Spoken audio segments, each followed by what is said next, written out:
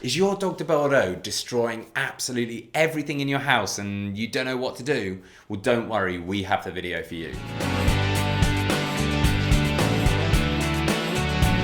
Welcome back to the Fenrir Dog de Bordeaux show. My name's Joe and I'm a certified canine leader here at FenrirCanineLeaders.com. We are dedicated to helping you learn everything you could possibly want to know about the Dog de Bordeaux and then how to become a high-level canine leader so you can raise your very own. So if you're new here, don't forget to subscribe and turn on that notification bell so you never miss a future upload. If your Dog de Bordeaux is destroying absolutely everything in your house, it's not a situation you want to find yourself in. And today we're going to be tuning into a webinar that the canine behaviourist and founder of FenrirCanineLeaders.com, Will, has recorded all about how to deal with dogs that are destroying things. So in this quickfire webinar, we're going to be talking about how I, as a canine behaviourist, help the clients that I work with destructive behaviours with their dogs, whether that's destroying furniture, destroying doors, digging up carpets, any kind of destruction in the home we're going to address in today's webinar.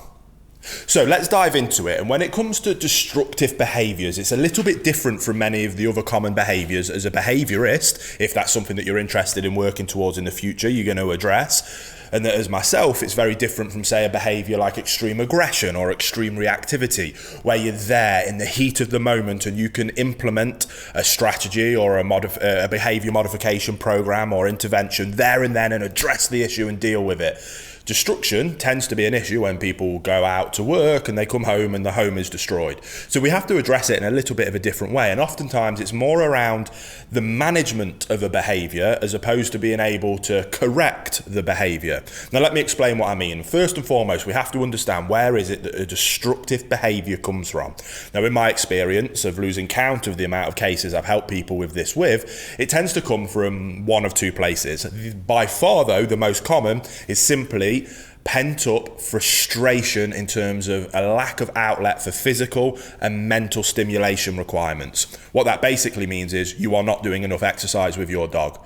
If you go out and do more exercise with your dog, give them more mental stimulation, enough that truly satisfies them every single day, depending on their breed and specific requirements for them as a dog, that will 9 times out of 10 address the problem of destructive behaviours. Now, sometimes people don't want to hear that. What they want is for me as a behaviourist with the reputation that I've got to be able to come in and may wave a magic wand. They don't have to do anything for their lifestyle and I fix their broken dog. Their dog isn't broken. The dog is simply bored and frustrated. We need to give them a positive outlet for that frustration and that will address the problem. So we're going to significantly increase the amount of exercise we're doing and significantly increase the amount of mental stimulation that we're giving them. If you're prepared to do that, 9 times out of 10 you're going to solve this problem. Now if you want to do that in more of a professional setting, you're going to have to develop the people skills of being able to get that across to your clients in a way that first of all won't upset them by simply calling them out and telling them that they're the problem,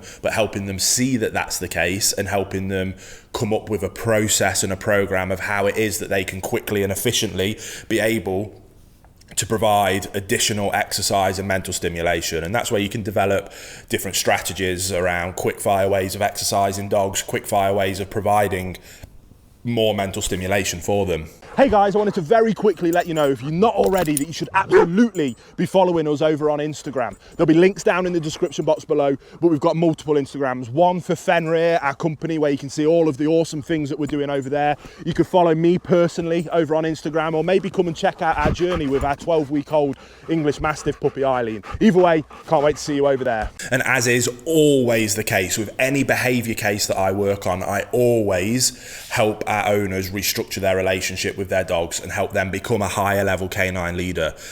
When it comes to working with specific behaviour problems, the behaviour problem that an owner will come to me with, maybe it's the problem that you're dealing with yourself, maybe again you want to be considering moving into this as a profession, so someone might come to you with, is what we call the micro issue. That is the symptom that we're seeing, and that is what the owner will want addressing, and it is our responsibility to help them do that. Here at Fenrir, the reason we're able to have such large levels of success is because not only do we help them with those micro issues, issues, but we put so much time and effort into fixing what we call the macro problem, the umbrella issue. And that is always around relationship with your dog, around the owners becoming a higher level canine leader that has a dog that will look up to them for guidance and direction. If we can achieve that, that opens up an incredible pathway of communication between themselves and the dog, which then allows us to teach them the things that we do want and the things that we don't want from them. Now, in terms of destructive behavior being the micro issue, it's one of the few behaviors where addressing that at a macro level might not necessarily be what they're looking for in the micro fix. It doesn't mean it's helpful, it's incredibly helpful. So I highly suggest that you go and do that, because that will address any other possible problems that will come up in the future.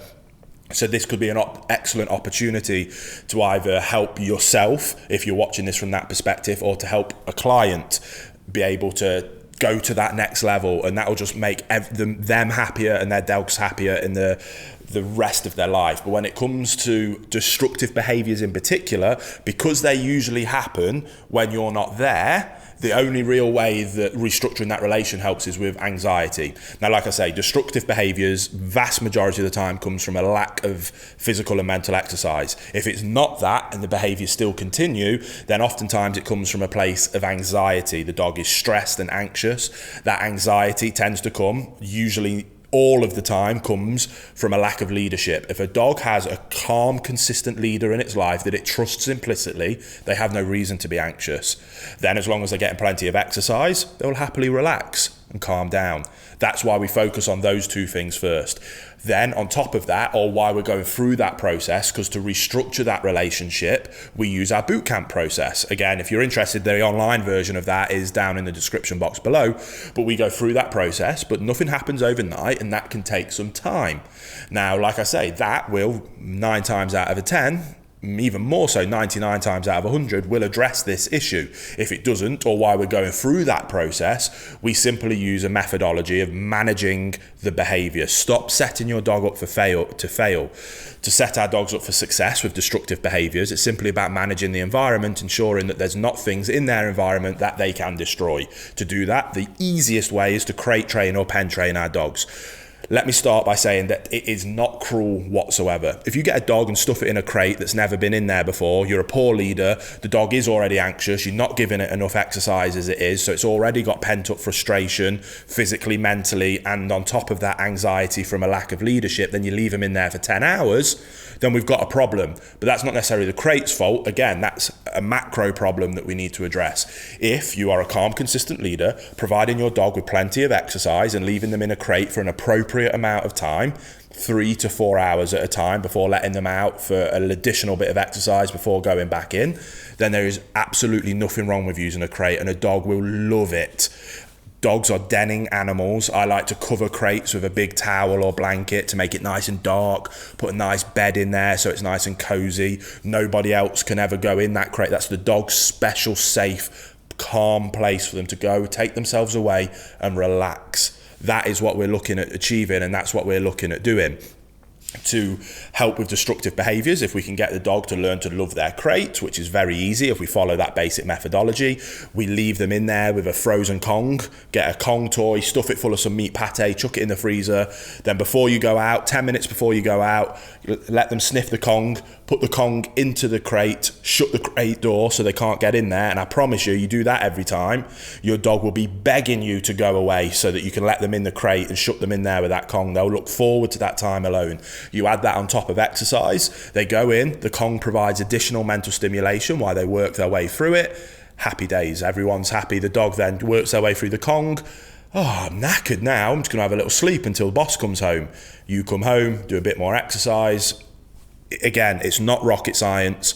Add in more exercise, add in better leadership, control the environment. Nothing in your house ever gets destroyed again. It's not rocket science. The theory is simple and straightforward, just requires a little bit of commitment and dedication and leadership on your part if the owner, or helping your clients' owners be able to implement those kind of basic strategies just with dedication and commitment to the desired outcome, which is having a perfect dog, which you will have if you put in that effort. So I hope that was helpful. Go away, get stuck in, start implementing those things, and I promise you, you're going to achieve incredible levels of success.